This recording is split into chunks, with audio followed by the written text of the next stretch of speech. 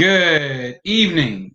Welcome again to another very interesting conversation with STEM4US. I am attorney Talib Karim, the president and CEO of STEM4US.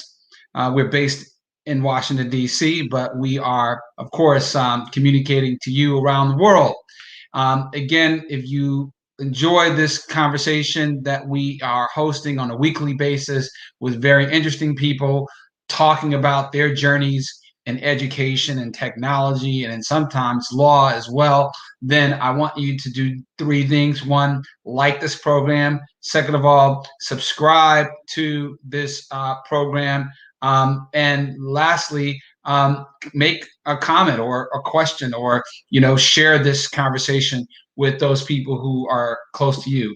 We are in a very challenging time with young people struggling to really wrap their hands around this remote education, this education in COVID, this education where they're disconnected with a lot of their friends and even their teachers. And so what we are doing here on a weekly basis is providing you with some inspirational stories that you can share with the young people who are in your circles. Those people, young people who might be either your children, your relatives, or your students. And hopefully these stories of overcoming despite adversity, we pray will be a benefit to you and to them, and hopefully to our nation.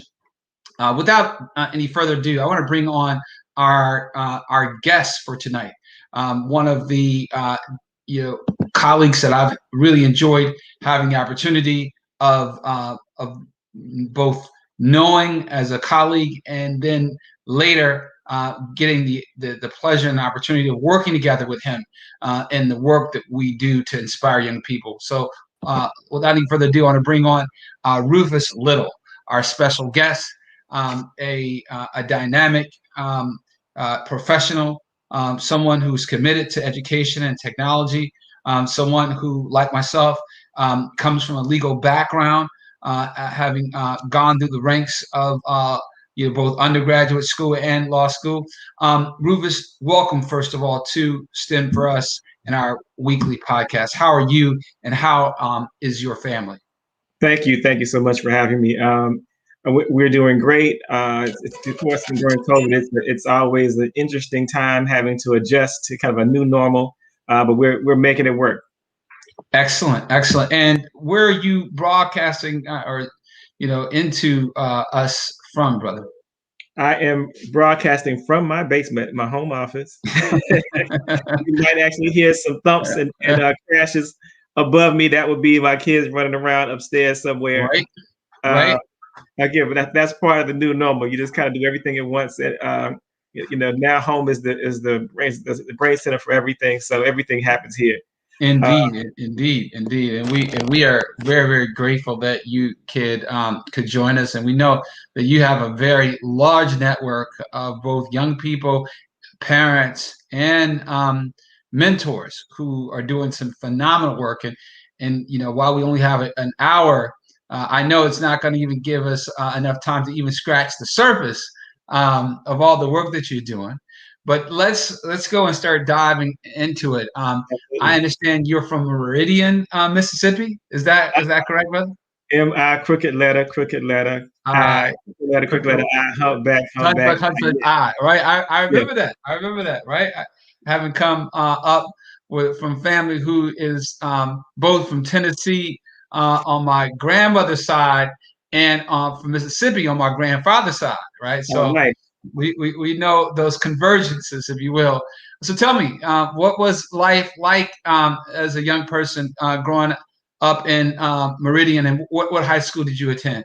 So Meridian is an interesting town. Meridian is, just to give some people a frame of reference, it's the home of David Ruffin, who famously sang with the Temptations. You may remember, right? And then, of course, it's also the home of Jimmy Rogers, who is considered the father of country music. So there's a very interesting kind of dynamic there, cultural dynamic in Meridian, Mississippi, very strong cultural dynamic, strong African-American influence there. strong, strong kind of deep Southern roots that run throughout Meridian, Mississippi. I grew up in a time in the late '70s and into the '80s, which was just post integration, right? So it was a very different time period than what a lot of people would think. It was a different Mississippi, a different Meridian than had been there 10, 15 years before. My dad was there as a teacher in the '60s, being part of the movement that helped integrate some of the local restaurants and that kind of thing. And so it was a very different, Meridian. But by the time I got there, I grew up in a Meridian where most of my classes from K through 12 were roughly half Black, half white. So it was, not much other. There weren't a whole lot of Asians or Hispanics, or a few Native Americans, because we were very close to a Indian reservation in Philadelphia, Mississippi, which a lot of people may know of because of the famous Mississippi Burning movie, and the death of Goodman, Schwerner, and Cheney. James Cheney, of course, was from Meridian, Mississippi, and those other gentlemen who were part of that horrific event, who were killed, who were murdered during that horrific event, were actually stationed in Meridian at the time, and they were actually going up to Philadelphia to investigate a church burning. So that's kind of some of the history of Meridian. But by the time I grew up in Meridian, and then, like I said, in the late '70s, early '80s, it started to be a very kind of mixed dynamic, which had its strengths and weaknesses. I didn't realize how much I was a part of that. In that my elementary school, had been, I guess, had been one of the schools that had been largely a Black school, and then they were in the process of trying to close down some of the old schools around the city, because they realized they had too many schools for all the students that they had now that they were integrated. So they started consolidating and closing down schools. So I went from one school, Highland Elementary, first, second, and third, then into West End Harris, where I was the first student council president there, and that should have been a warning to me about kind of what was to come. So then by the time I got to middle school, I was class president in 6th and 7th grade, 9th grade, then 11th grade, and student body president in my senior year in 12th grade. But that's kind of the short story of kind of growing up in Meridian. It was really racially, while it was racially mixed environment in the school setting. It was still kind of very separate in terms of socially and culturally how people hung out. When I was in high school, I presided over the first integrated prom that we actually had. I was going to ask you something about this idea of an integration, in the mixing, if you will, of Caucasian and African American children.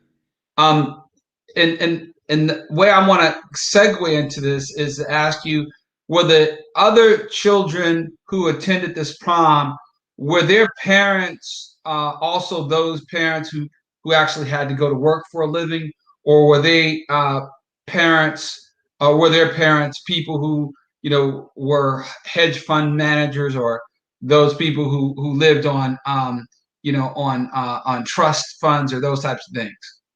Well, both. From a socioeconomic status, we had kind of the entire strata at Meridian High School, which is where I went to high school. Meridian is very much a medical town. We had at the time 5 hospitals in a town that's roughly 60,000 people. We were the medical epicenter for East Mississippi and West Alabama. So okay. There are a lot of doctors and other medical professionals, and as such, the children of those people were part of my school and my community. So you had some of those who their parents, maybe their dad or mom was a doctor, and maybe they had a parent that stayed home often. Right. And then you also had some of the very working class people. who were also there. So there was that mix. Let me just stay on that though, brother Little. Mm-hmm. The reason I ask you this is because I have noticed from my observation of again race relations in this country, and we've been interviewing a number of people who have attended the United States Air Force Academy with me back in the 80s, which was a very hostile environment for African Americans at that time. And I understand, sadly, it may still be the case right now. But, one of the things I've noticed was that that there were two classes of Caucasians, right? Mm-hmm. There were those people, well, maybe even three, right? But the one class of Caucasian people who we interacted with very, very, very sparsely, if you will, were those in the wealthy elite. And those are people who, didn't work for a living.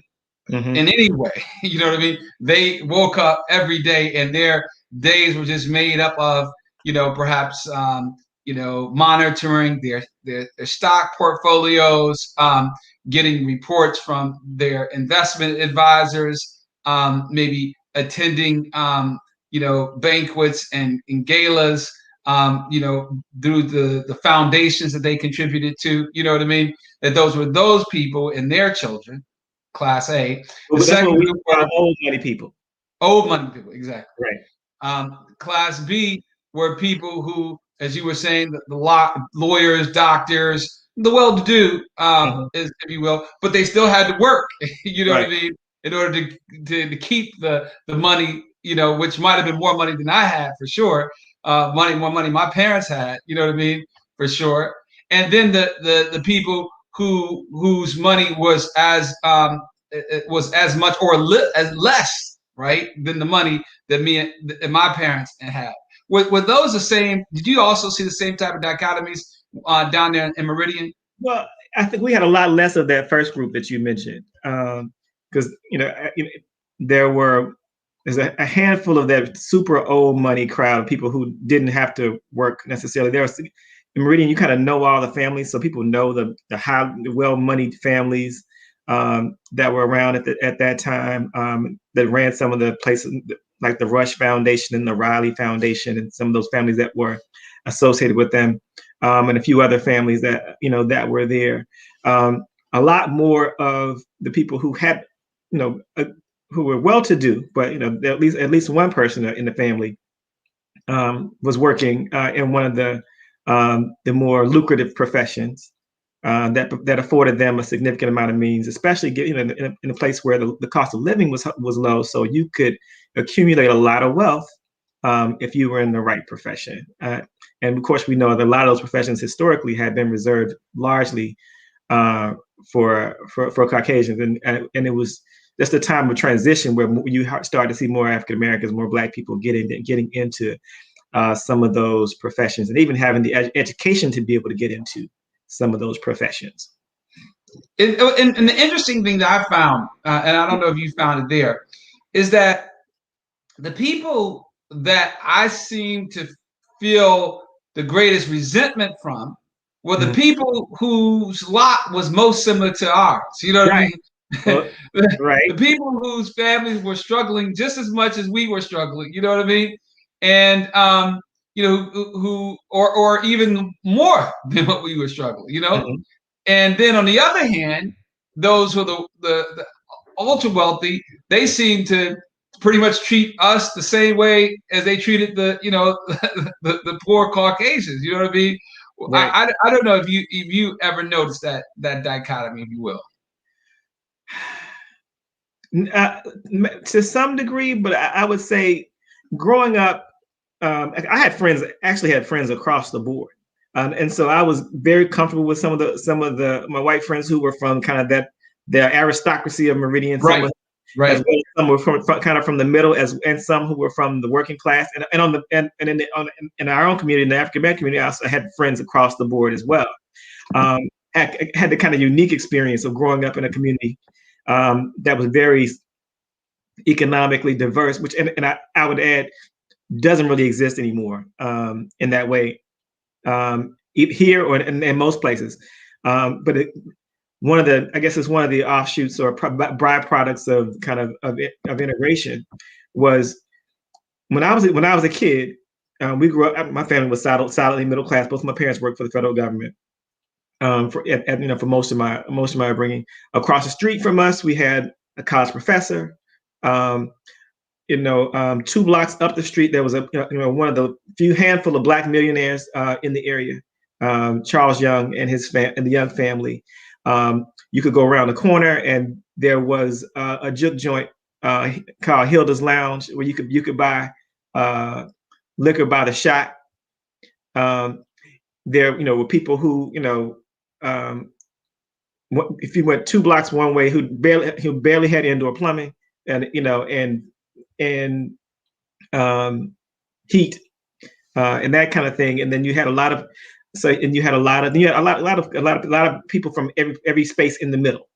From working class people who worked at the post office or who worked at the local factory, Delco Remy making car parts, or Apache or Piliad making furniture, to people who worked for a variety of government jobs, and a lot of people who were teachers and medical paraprofessionals and that kind of thing. So the neighborhood was very diverse socioeconomically, but all Black, right? Right. So you had the opportunity to really kind of interact with people who had a variety of experiences personally and at home, and kind of different things everybody was dealing with. We all played together. We all played baseball, standing still, and football in the street together, regardless of what background you were coming from. And I think that why I wanted to press you on these particular questions and your upbringing is because it seems to me that now we are in a kind of an era where there is almost kind of like a populist uprising, if you will, looking at some of the things that happen. For example, the protests at the Capitol, and then the protests with the Reddit destination called Wall Street Bets, that spawned almost a movement to buy and drive up stock such as GameStop and AMC, because they had found that the wealthy hedge funds have been manipulating artificially the price of that stock, and they found a way to basically make money to the detriment of these wealthy hedge funds. And some people are seeing it as a racial kind of a backlash, if you will, or something driven by racism. And I'm wondering if somebody like yourself, growing up in the you said crooked letter I, Right. Hush book I, knowing what racism looks like, and maybe knowing the distinction between classism, and racism. If you see perhaps some cause for optimism, some cause for an alignment, if you will, or realignment, where the working class Caucasian people, like those who may have grown up in Meridian, and and pretty much all the Black people, most of us have to work for a living, right, are able to find some commonality and hopefully reset this system that seems to be, as the kind of the Wall Street Bets movement showed, all stacked against us. I mean, what do you say, brother? Well, that's an interesting conversation to have, because I have to think about it from a couple of perspectives. I think there's an opportunity. We're in a moment where there's an opportunity for that kind of realignment.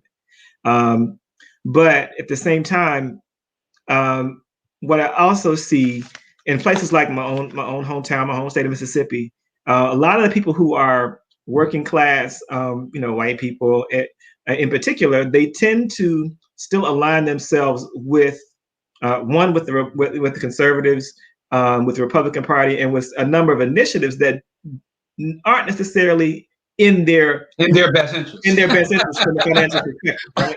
All right. So I don't know if how interested that group is at this point in realigning, even if that realigning would be in their financial interest. And I think that has a lot to do with kind of their own sense of identity and how they define themselves in the cultural and racial hierarchy, and how and how you move up the socioeconomic ladder. And I think so. I think some people are kind of just holding on to some traditional models of how to get there. I really want people to chime in. If you have any questions, please go ahead and drop it into the comment box there, or definitely like the conversation and subscribe. And this is very interesting, Brother Little, because one of the things that I've done in my career, and I think you probably have had some background in this, is I've taught as an adjunct professor. And one of the courses I used to teach was labor relations law. And at the beginning of my labor relations class, I used to always ask my students, well, who were the first laborers in America? And invariably, every one of them would say the Africans or African Americans. Or then they would say, the African American slaves and the African slaves. And then someone might even say the Native Americans, those who had a little bit more understanding about the history. But in fact, I would always say that how all of them were wrong, because in fact, Africans didn't even come to this country until one or two generations after the first Europeans arrived, and so therefore there were laborers, there were slaves who were working for the aristocracy, going back to the term you used, before even Africans arrived. And I asked, well, who were they? And they all were astonished to know that the first slaves in this country were Caucasians. Right. And in fact, most of them were, I would call it, indentured servants. Well, hold on. Now, the indentured part came, but it wasn't until later where there was a distinction. Mm-hmm. When I go back again, and there's a great series called The Last Empire that's on Netflix, mm-hmm. that shows and teaches the history of Europe. With Europe, by and large, was a feudal society, right? And as a feudal society, you were basically born in a specific, segment, right? Right. There was no way you could escape from that. You know what I mean? Right. And you didn't get out generally. Exactly. Right. So if you were not a part of a particular family, right, you were a slave until death. You know what I mean? And there were some, kind of privileges you could ascend to, right? But again, the idea of, you being able to, this idea of buying your way out of servitude wasn't something that happened until much later. And the reason I bring that up is because, again, a lot of people kind of mix that up from a historical standpoint, right? But the idea of there being a distinction, and that as I had to explain to my students, was something that happened only as a result of, guess what? Only it was a result of the unions of the Caucasian and the African slaves, right? Where they were basically intermarrying, and as a result of intermarrying, they were overthrowing the plantations, if you will. They were overthrowing the colony, those who were the aristocracy, almost kind of like the French Revolution, right? And in order to prevent and to divide these slaves, they came up with, again, a different set of essentially privileges based on race, which is now the idea of white supremacy, which is, perhaps those traditions that you talked about.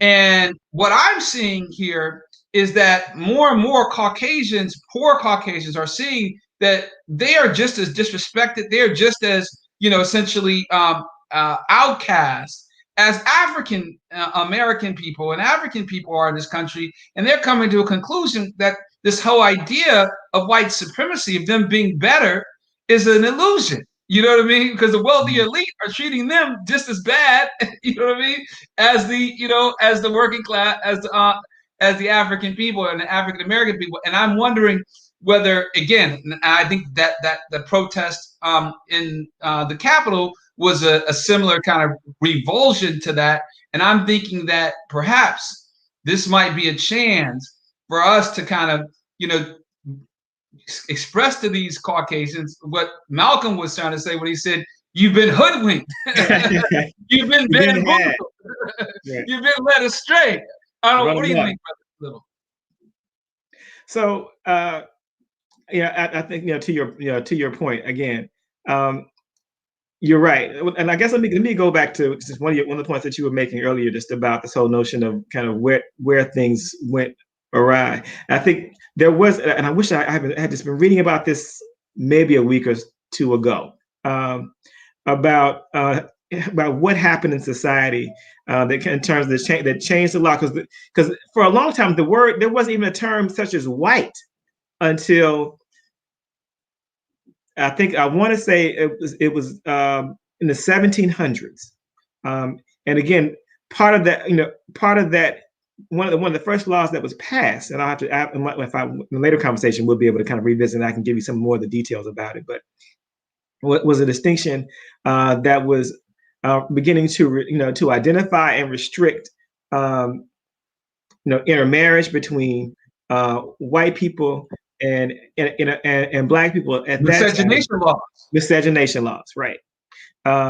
Because some of the things that we talked about. So that before that, there had not been the same unity amongst people who had been of English descent, Anglos, people from France, from France, or from Germany, or from some of the various parts of Europe. They didn't always necessarily see themselves on one accord. But one of the things that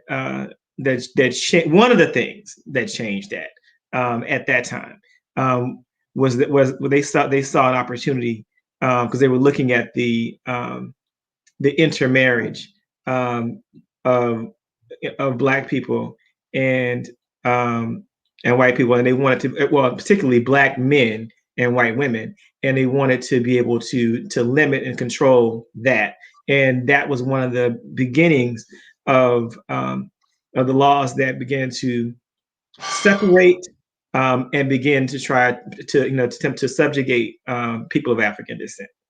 And that was a spiral of 250 plus years of that we see the vestiges of even now, and we are finding ourselves trying to dismantle some of the institutional vestiges of racism, and everything from housing, which is huge, right? Because housing is one of the ways that we, historically, so many of us have been able to generate and pass on intergenerational wealth, right? And when you look at how, even with, I think it was it back starting with the New Deal. One of the things that happened then at that point was, right.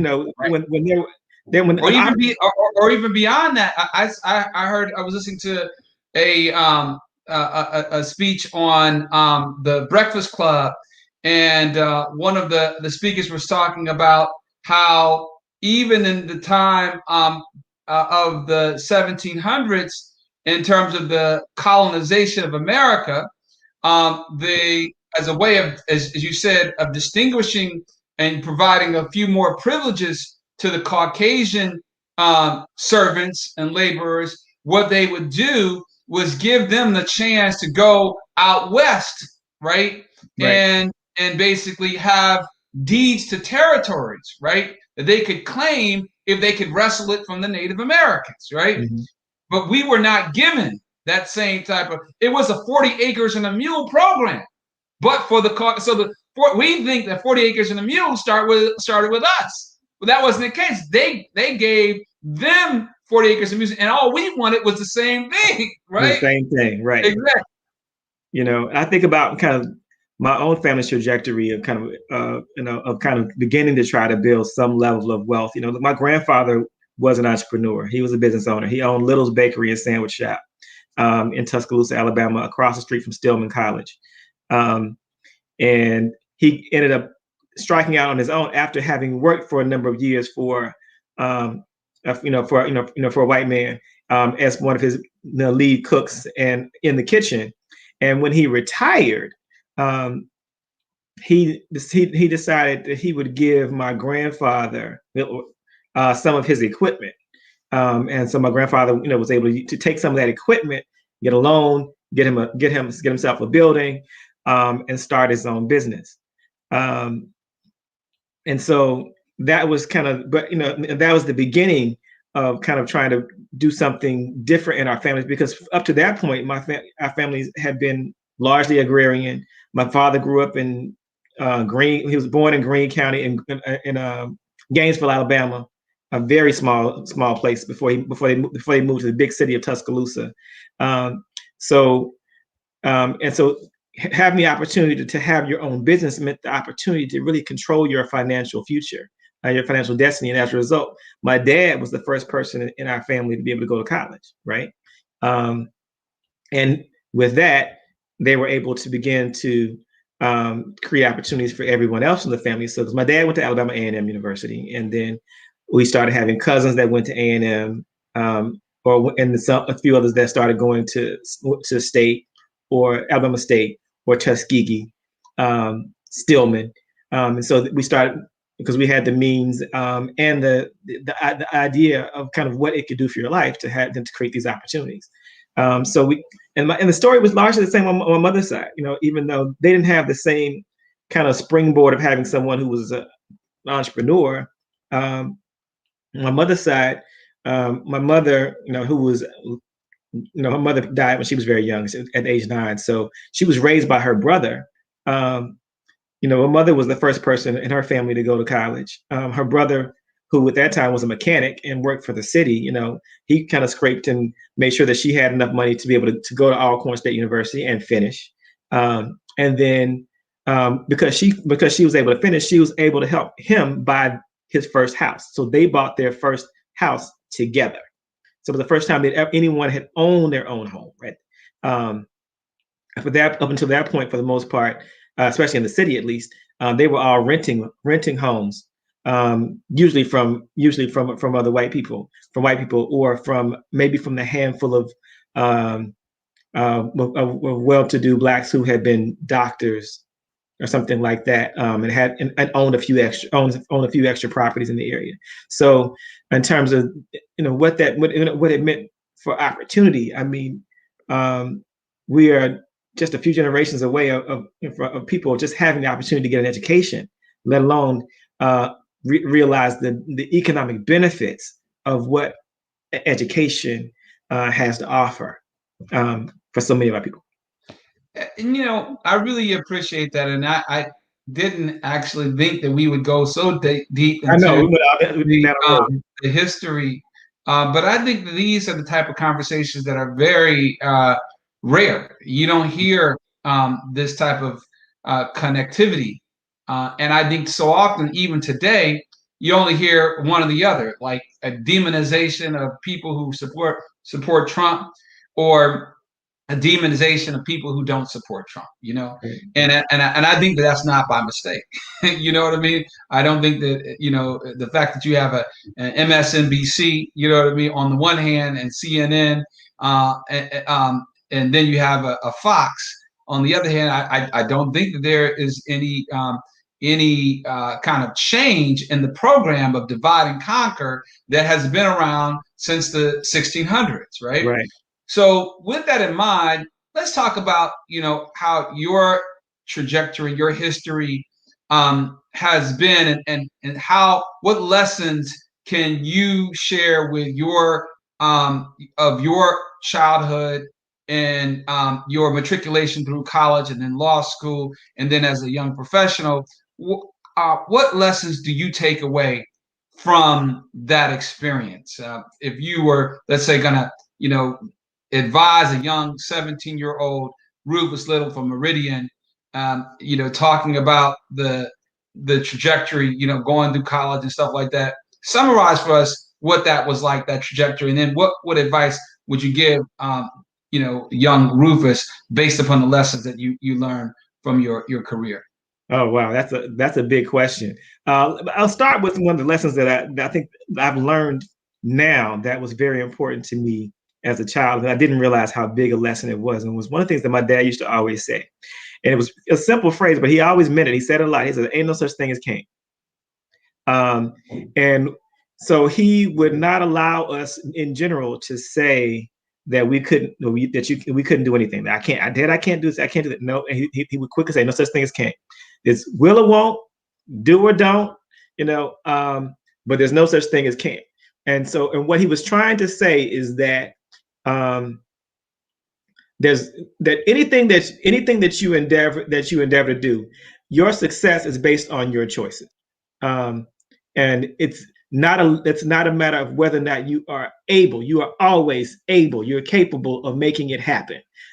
So there's nothing that you can't achieve, nothing you can't do. And so so it impacted my confidence in terms of how I approached most of the things that I do. I don't ever approach things from a perspective of whether or not I can do it. It's whether or not I've put the appropriate amount of time and effort, gray matter kind of thought into into whatever it is that I'm doing, right? So that was one really important lesson, because I took that lesson with me when into the classroom. I took that lesson with me when it was time to go to college. I went to Florida A&M University on a scholarship called the Life Gets Better Scholarship. It was a full ride at Florida A&M. I was in high school. I did fairly well. I was a good student. I was a national achievement semifinalist and finalist, and then so I had a choice of a lot of different schools. I tell people all the time I actually was accepted to Harvard, WashU, where I actually went to law school, Mississippi State, and a variety of other schools. Actually, in Howard, I was this close to going to Howard. But and Morehouse, but I grew up in a very HBCU tradition, right? So my dad went to Alabama A&M, my mother went to Alcorn State, my brother went to Alabama A&M, both my sisters went to Jackson State University, two of my sisters actually, one went to Stillman. And then I had cousins at Tuskegee and other Mississippi Valley State University. So I was kind of entrenched in that. So, and when I grew up, we went to the football games, SWAC football games every fall. So I was kind of entrenched in that tradition. So I knew I wanted that experience for myself when I went to college. So even though I looked at a lot of schools, a lot of what people call PWIs, predominantly white institutions across the spectrum, state schools, private schools, for me, when it came down to it, I really was attracted to that HBCU experience. And then FAMU at the time was really just stood out, head and shoulders above the crowd because of some of the dynamic things they were doing now down there, recruiting so many national merit, national achievement scholars, some of the things they were doing, recruiting companies to sponsor scholarships and to create internship opportunities for the students, and speaking on campus with one of the most dynamic business schools in the country, with this new 5-year MBA program, other things that they had going on. And then I had the university president who called me himself on a Saturday afternoon to offer me a scholarship. So, some of the little things like that, that personal touch, just kind of blew me away. And it was certainly one of the best decisions of my life. Some of the best friends I have in life today are people that I met on the campus of Florida A&M University on the highest of 7 hills in Tallahassee, Florida. And I started out as a triple major. I was a business economics, accounting, and industrial engineering major. I don't know what I was thinking. But I ended up kind of narrow. So let me ask you, in terms of young Rufus, what would you advise him to major in today in 2021? I would tell him to stick with that industrial engineering. Keep the engineering major along with the economics, because it gives you a balance of two really great perspectives. I loved my economics curriculum and the things I learned there, because it really teaches drives home the notion of scarcity. There's a limited amount of resources for everything in this world, and so the demand for those resources really drives, or the lack of demand, really helps drives price. It really, and that's true for any business. And then it also drives home this whole notion of opportunity cost, because in economics, so if you're doing this, then you're not doing this. And so those are two of the really strong principles that I understood. And you also have to understand, what's the opportunity cost of anything that you're doing? What are you not doing because you're doing this? And so it makes sure that that thing that you're doing is not a waste of your time. It's not a waste of your resources. It's not a waste of your talents. So that you're not wasting your potential. On the other side, with engineering, looking at where we are in this economy, technology is so important to everything that we do, right? So we thought the 90s was big with the kind of the .com boom and then slight bust, but technology was here to stay. So much of what we see right now, and everything we do is related to technology. So having the opportunity to really have some of those technology skills, I think, is tremendously useful in this economy. Well, I appreciate that. Now, if you could maybe fast forward and let us know, how did you get from a triple major at FAMU to getting involved as someone who was monitoring money laundering in some of the largest companies in the world? And what is money laundering? Maybe you can give us an example of some of the work that you did. Okay. Wow. Interesting. Okay. I'll try to make that fairly short. So, I was a business economics major in undergrad, but I was always interested in law since the time I did mock trial in high school. So, I kept law school on my radar, and that's what I did when I finished undergrad. But one of the things that fascinated me the most while I was an undergrad in economics was international trade and finance and international economics. So when I got to law school, I also took those courses, international trade and finance and international economics. I actually had opportunities to work for the World Trade Center in St. Louis, and work for the Overseas Private Investment Corporation here in DC, even while I was in law school. So when I finished law school, like I said, I did a brief stint at ExxonMobil, and then there's an opportunity to go work for and a banking regulatory compliance consulting firm. I'm like, this is an interesting opportunity to kind of leverage some of my background in law with my interest in banking and finance.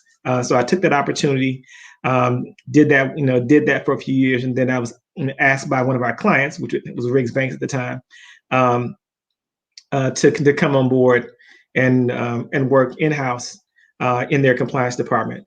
And the great thing about a place like Riggs Bank was it was at once a local regional bank and an international bank.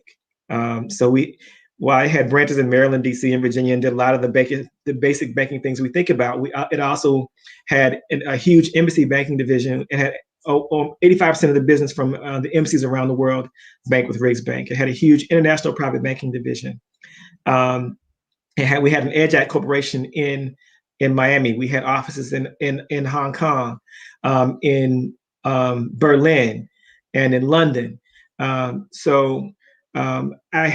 was afforded the unique opportunity to kind of begin to understand, kind of work from a compliance perspective, to understand what made this business work. And from a regulatory perspective, kind of what made the business work. What were the guardrails for that business? So that was a great kind of training ground, if you will. And And at the time, one of the things that was really beginning to be really popular was this notion of really kind of understanding and controlling money laundering, which is kind of, and the main law in the United States that, for controlling money laundering is the Bank Secrecy Act. So when we think about money laundering, we think about ways in which people take all forms of kind of ill-gotten means, ill-gotten money, whether it's from drugs, from drug trafficking, or from weapons trafficking, or human trafficking, and those kind of things. And they try to introduce those things into the financial system and clean it up so that it appears to be legitimate, right? And so there are a lot of different ways people do that. Sometimes by just literally having, what they call structuring, taking this money, instead of depositing $1 million that you got from an arms deal into your account here in the United States at XYZ Bank, you may take small pieces of it, $15,000 at a time, or $10,000 at a time, or $8,000 at a time, to kind of ease it in there, to make it look like it's something that's coming from a legitimate business when it's not. It's often very elaborate schemes that people put into play. A lot of money services businesses that do check cashing, wire transfers, are targets for money laundering. And as such, those businesses are usually heavily monitored to make sure that that those elements of money laundering don't come through there. Can you give me an example of the most egregious, kind of money laundering scheme? I mean, again, I'm thinking about the most recent, like GameStop controversy, where people were trying to buy, the stock, and then Robinhood, who we found out was, essentially, literally in bed with the people who are on the other side of the trade, suddenly block people from buying, and during that time, the people who were on the other side were able to move their monies around and prohibit their, or at least limit their loss. What are some of the crazy stories that you saw, as someone who was responsible for monitoring that type of stuff? Let me think. I know I can remember cases. Well, I'll give you a couple examples. Some small cases, and then some large, some larger situations. Some of them are just amusing. Where there was some editing in my head to make sure I'm not giving any inappropriate details, any names or anything like that. But there was an old lady who actually would come into the branch of a bank, and she was, I'm sorry, not old lady, an older gentleman who would come in literally with with brown bags of cash to deposit in his account. And he said it was because it was from his from his restaurant business. Now it was a small restaurant that probably, that maybe made a couple $100,000 net, or or at least, well, let's say maybe $250,000 gross revenues, somewhere in that range. And he was coming in with tens of thousands of dollars in cash.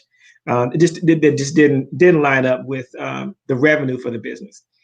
So it was obvious that something else was going on. There was another case I remember where there was the old lady story that I was thinking about was she was coming in with kind of a bag, kind of a duffel bag or a suitcase, a briefcase full of cash, because she was her nephew, her great nephew worked on the docks, on the shipping docks, and he was giving her money, and she's like, well, she said she felt like he was just a good son, a good nephew, and so she wanted to make sure that she put the money away that he gave her. But those are kind of simple cases, but because clearly something's wrong there. But we saw elaborate schemes where people were purchasing houses using large amounts of cash, and then flipping those properties, and then putting those proceeds into bank accounts. And so the cash they were using to purchase the houses were money from maybe from a drug deal or something like that, and then they use that money to purchase the house. They hold the house for a period of time. Then they sell the house, and then now the money that's in the account is the proceeds from the sale of a property. And so they do that to make it look more legitimate.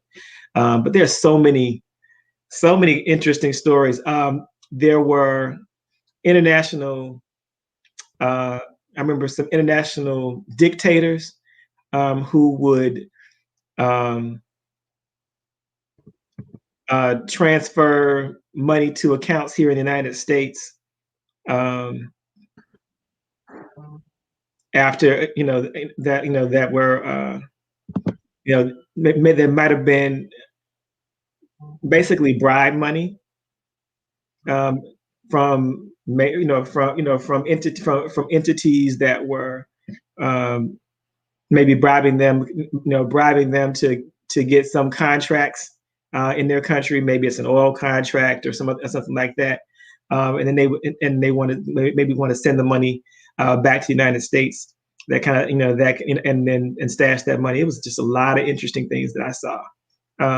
Working both as a consulting. I spent a few years working as a banking consultant. And so I got the opportunity to do a lot of anti-money laundering reviews, audits, and exams, in addition to working in-house with a couple different institutions. So now let's pivot, if we could, Rufus, to your role as the deputy or assistant chairman or deputy chairman of the Guide Committee for the Kappa Alpha Psi Fraternity Incorporated's Eastern Province, as well as the Guide Committee chairman for the Hyattsville, Landover, Maryland Alumni chapter of Kappa Alpha Psi. Exactly what is Guide Right, and can you share with us some of the committees or some of the initiatives of the Guide Right program, both on a chapter level, on a province, which is kind of a regional level, and then even what you're doing on the national level? Sure. So I guess in general, I'll just say, I think the bug for youth development and mentoring has, I came about honestly, certainly from my parents, both of whom at one point, my mother taught for a brief period, my dad taught for a number of years, and mentored a lot of young people. So I kind of came about it honestly. I add to that my dad's a Kappa as well, so or was a brother. My dad passed a couple of years in 2019. So certainly, I'm literally his legacy in more ways than one with that. Guide Right is Kappa Alpha Psi Fraternity's national initiative or national program for service to youth, and that's everything from academic enrichment to community service, college and career planning, some personal development, and of course we have our one of our flagship programs kind of under the Guide Right umbrella is Kappa League. So we have that, and Kappa League is kind of our leadership development and mentoring program that we have for middle school and high school age young men. That really focuses on making sure that we are guiding these young men specifically to success and training them for leadership. Kind of much the same way that we feel like our fraternity should train us for leadership. There are a number of programs under our Guide umbrella, as well as under our Kappa League umbrella.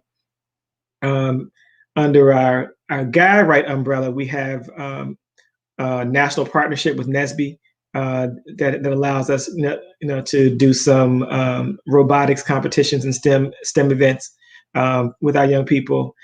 We have a variety of national initiatives like the Get Out the Vote campaign that we asked all of our chapters within the fraternity to kind of focus on with our young people. And then and there's a myriad of others, but I'll kind of get into specific some of the things that within our Kappa League as well, because our local Kappa League, for example, we've been involved in our Kappa League Quiz Bowl. We see we're showing on the screen where we actually do every year kind of a trivia quiz competition on facts related to African American history. African and African American history. And I'm proud to say that I coached the winning team 3 years in a row. We won between first and second place 3 years in a row. We did not have the competition this year because of COVID, but we're looking forward to being able to do that again. We on the local level, we also do everything from our Thanksgiving baskets to our senior citizens Thanksgiving dinners, and some of our essay writing workshops. We do our SAT workshop, financial aid forums, and so a variety of things like that. We're really getting done, and we also are really kind of beginning to build our mentoring plan. Really making sure that we have a focus of making sure that each Kappa Leaguer has a mentor that helps specifically guide them to success. On a province level, we are doing have an upcoming debate competition for our young people that will allow our Kappa Leaguers from throughout our province, which is our region, to compete with one another. Give them, we always say iron sharpens iron. So this gives them an opportunity to really compete with each other in very productive ways that really will help them to learn and grow and develop some skills that they'll be able to use at every phase of their life thereafter. So this kind of a quick snippet of some of the programs that we have. Well, brother, that has been a wealth of knowledge that you share with us. Let me just ask if we could end on two notes. One, can you talk to me about what is, I think, going to be an extremely exciting initiative on the national level that we are looking forward to pioneering with STEM4US and Kappa Alpha Psi on the national level. We started on the local level and the province level. Mm-hmm. Creating a young men's online cyber summit in the midst of the pandemic last year. Can you share with us the plans for the elevation of this program on the national level, and what some of the activities that young men might be able to enjoy, and exactly how do parents and how do teachers get their young people involved in some of the programs that you are organizing? Right. So this cyber summit was the brainchild, I think, of one of our fraternity brothers, Brother David Owens. And I know we began to have some conversation about it maybe a little over a year ago, and wanted to be able to do something that it really exposed our young people to the various careers in cybersecurity, and wanted so they really have a broader understanding of what's available to them, really get them interested in the subfields and the topics, the ways in which cyber is really addressing so many of the challenges of our society, and creating pathways for them and affecting them in ways that they might not have even considered or thought about. So this year we did it. Well, let's back up and say in 2020. We initially planned to do that, of course, on in person at a university, and kind of in the way that we've seen so many programs done You bring a group of students to one location, you kind of move them around rooms and have speakers and that kind of thing. We didn't realize what a blessing it was actually, that, and I know it's kind of weird to say this, that we were in the midst of the pandemic. The pandemic itself wasn't a blessing, because of course of the havoc it's wreaking on our community. But what it did force us to do is to pivot, and it challenged us to put together this online forum. And I think, and in so doing, we're able to reach young people in ways that we had not considered. It expands our reach well beyond the borders of just the DMV or the people who can drive to a certain location. It makes it possible for us to be able to do something on a national scale. And that's why we had to be able to have that conversation with the National Guy Right Committee, which is the national committee within Kappa Alpha Psi, regarding being able to extend the program that we did last year in 2020, where it was just a regional and kind of local and regional concept and program, which was dynamic and awesome, by the way, with some great speakers covering a variety of topics from just kind of from 5G to machine learning and artificial intelligence. So really covering some important topics of the day, and kind of rounding out with having a really awesome speaker in Dr. Makola Abdullah, the president of Virginia State University, as our closing speaker, just dropping gems on the students and everyone else who was in participation that day. To think about, so now we're able to do this on a much broader scale. And so rather than reaching close to 100 young people, we're talking about maybe reaching anywhere from 500 to 1,000 or more young people. I know we have over 3,000 young people in Kappa League programs across the country. So now this kind of programming will be available to them. So they'll be able to participate in a hackathon.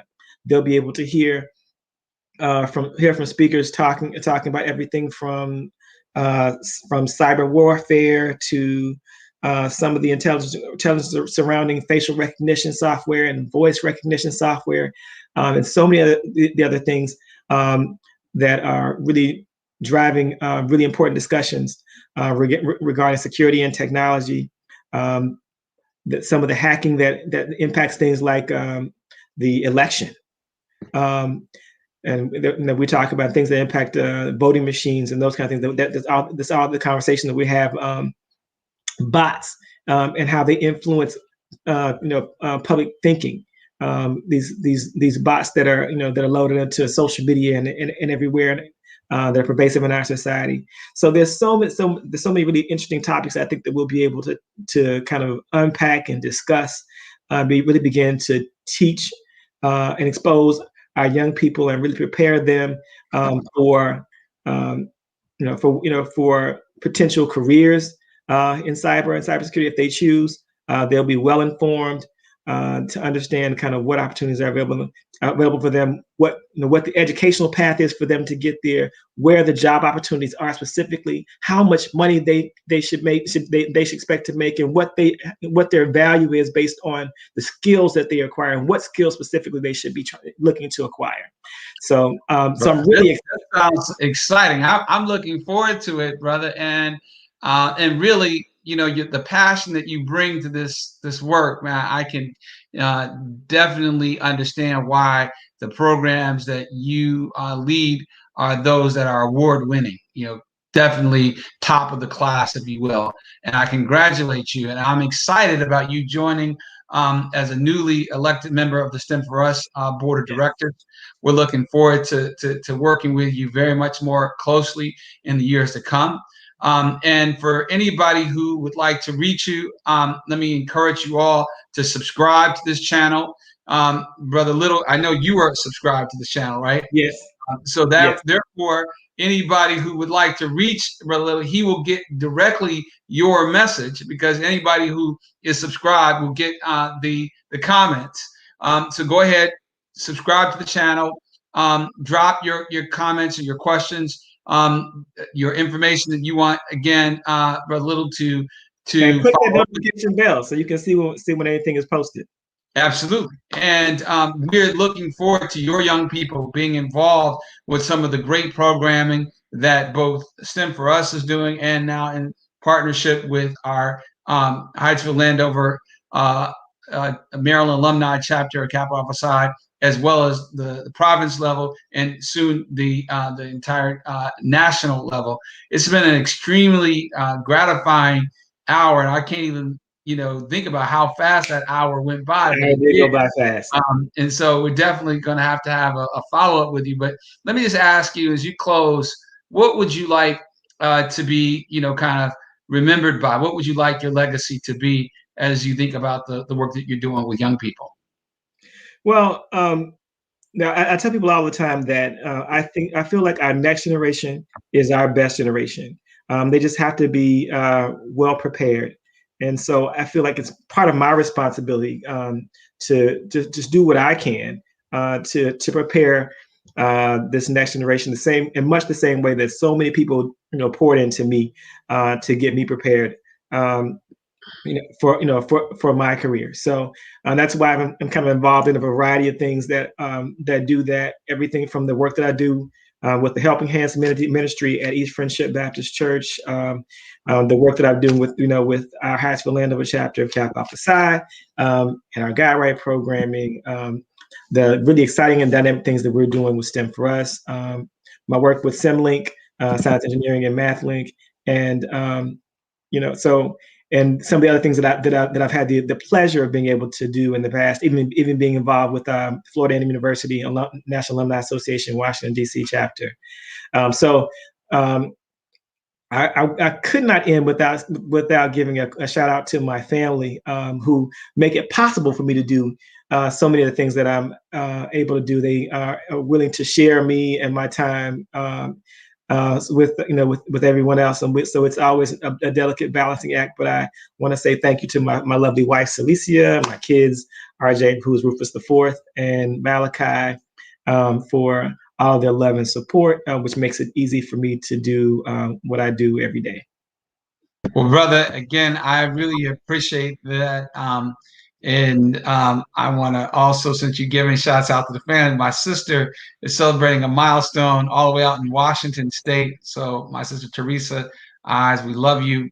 And again, she is also a STEM professional working for the federal government and also the state government there in Washington. But we are really grateful to have conversations and the opportunity to be touched and be connected to outstanding STEM leaders like Rufus Little. If you have a story that you like to tell and share with those in our audience, which is, again, a community of over 13,000 educators, parents, and advocates and business leaders, as well as members of Congress and others, that you would like to, again, any ideas for the new administration that you would like to make sure are incorporated in some of the stimulus or other bills that are coming out.